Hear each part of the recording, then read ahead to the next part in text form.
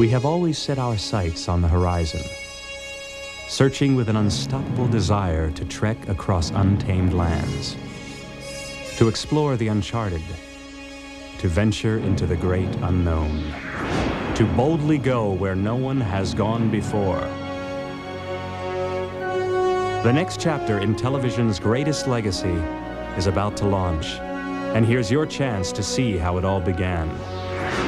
Star Trek Voyager, inside the new adventure.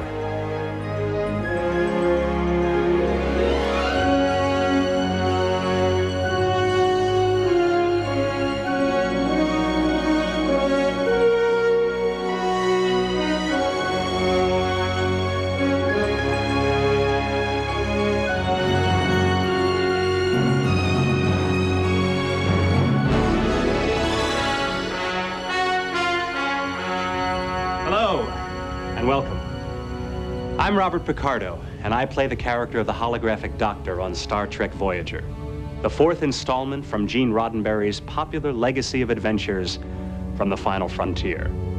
What you just saw was a unique timeline of mankind's ongoing desire to explore the unknown. We're going to embark on another mission of exploration, an exciting, behind-the-scenes voyage through the 24th century to look at the creation of the new television series Star Trek Voyager. We'll investigate areas of Star Trek you may never have seen before, including my personal guided tour of our new starship, an exclusive visit to a strange alien planet, and a special profile of the newest captain, Catherine Janeway. Plus, you'll meet the rest of my fellow cast members, witness how they create some of those amazing special effects, and, well, you get the idea. It's time to get this show on the road. So, let's find out how this new series came to be. Engage! I've always wanted to say that. Action! Show instructor!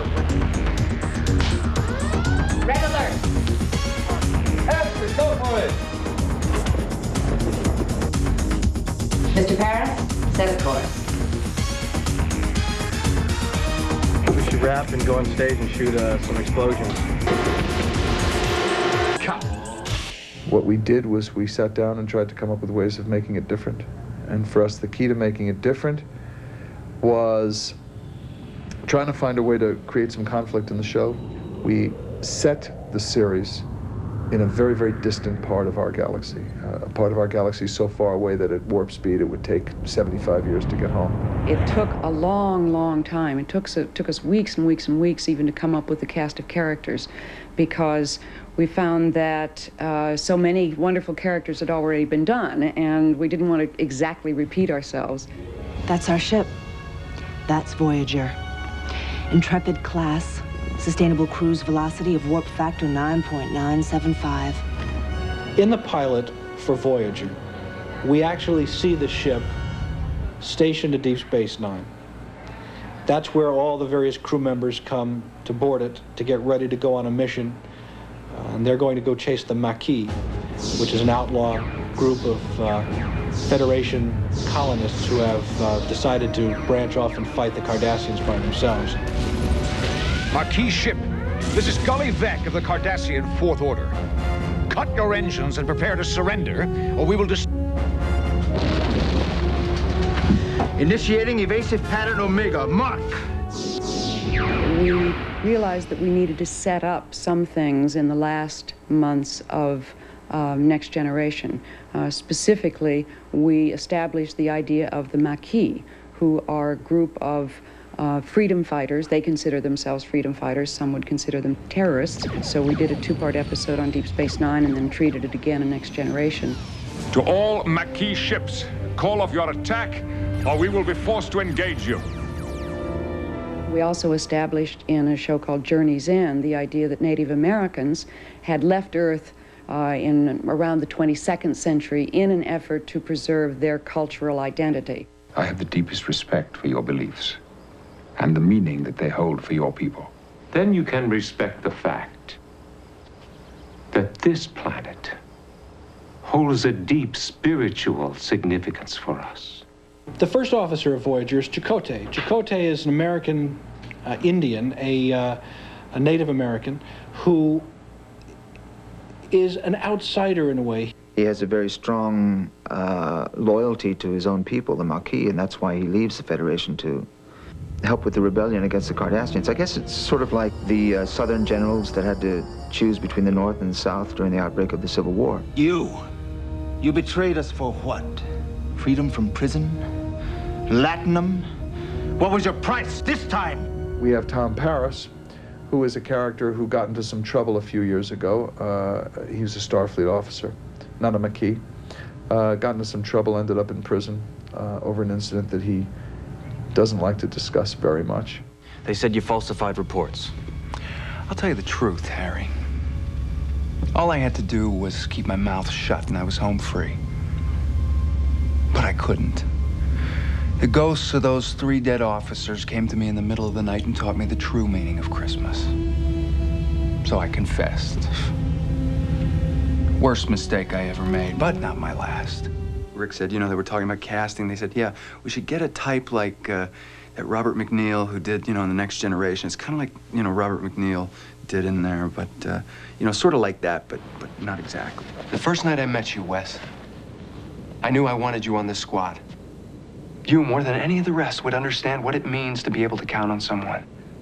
Because you've been out there, putting yourself on the line. And so they audition, and then finally one day somebody said, we just can't find anybody for this part. Why don't we bring in Robert McNeill? I know those guys told you to stay away from me, and you know what?